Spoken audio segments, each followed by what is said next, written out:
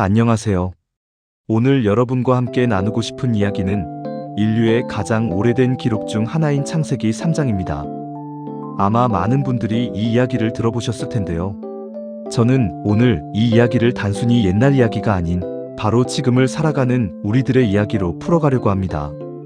3000년 전에 아담과 하와가 느꼈던 감정은 어쩌면 매일 아침 눈을 뜨는 우리가 느끼는 감정과 크게 다르지 않을지 모릅니다. 이야기는 완벽했던 에덴 동산에서 시작됩니다. 상상해보세요. 햇살은 따스하고 바람은 부드럽고 모든 것이 부족함 없이 완벽하게 갖춰진 곳. 그곳에는 단 하나의 규칙이 있었습니다. 선악과를 먹지 말라. 그런데 이때 뱀이 하와에게 다가와 교묘한 질문을 던집니다. 하나님이 정말 동산의 모든 나무 열매를 먹지 말라고 하셨니? 이건 단순한 질문이 아니었습니다. 하와가 굳게 믿고 있던 하나님의 말씀에 진짜로? 라는 의심의 씨앗을 심는 말이었습니다. 하와는 잠시 멈칫했을 겁니다. 당연히 아니지. 딱 하나만 빼고 다 먹으라고 하셨어. 라고 대답했지만 뱀의 질문은 이미 하와의 마음에 작은 균열을 만들었죠.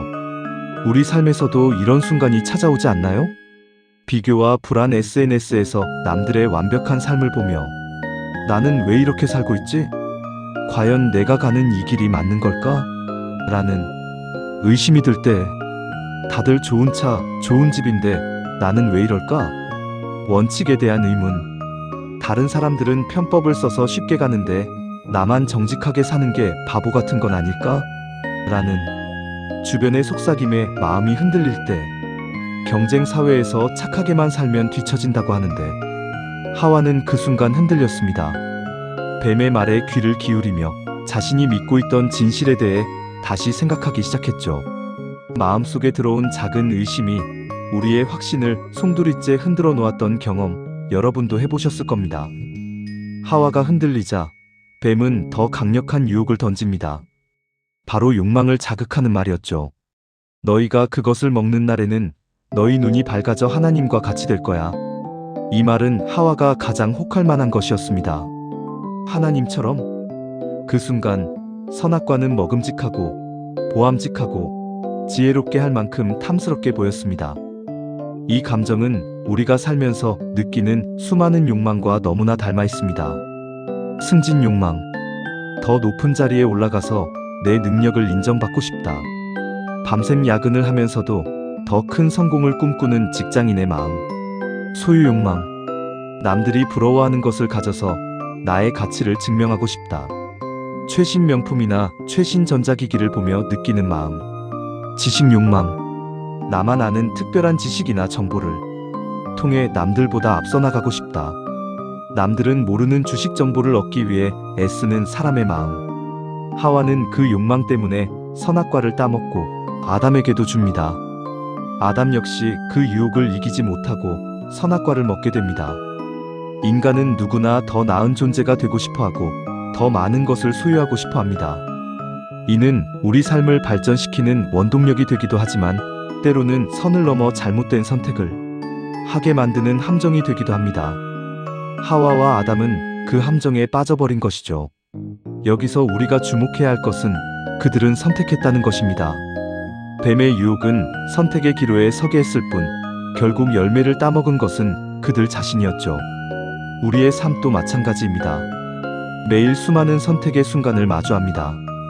정직할까? 아니면 편법을 쓸까? 나눌까? 아니면 혼자 가질까? 그 모든 선택의 결과는 오롯이 우리의 몫이 됩니다.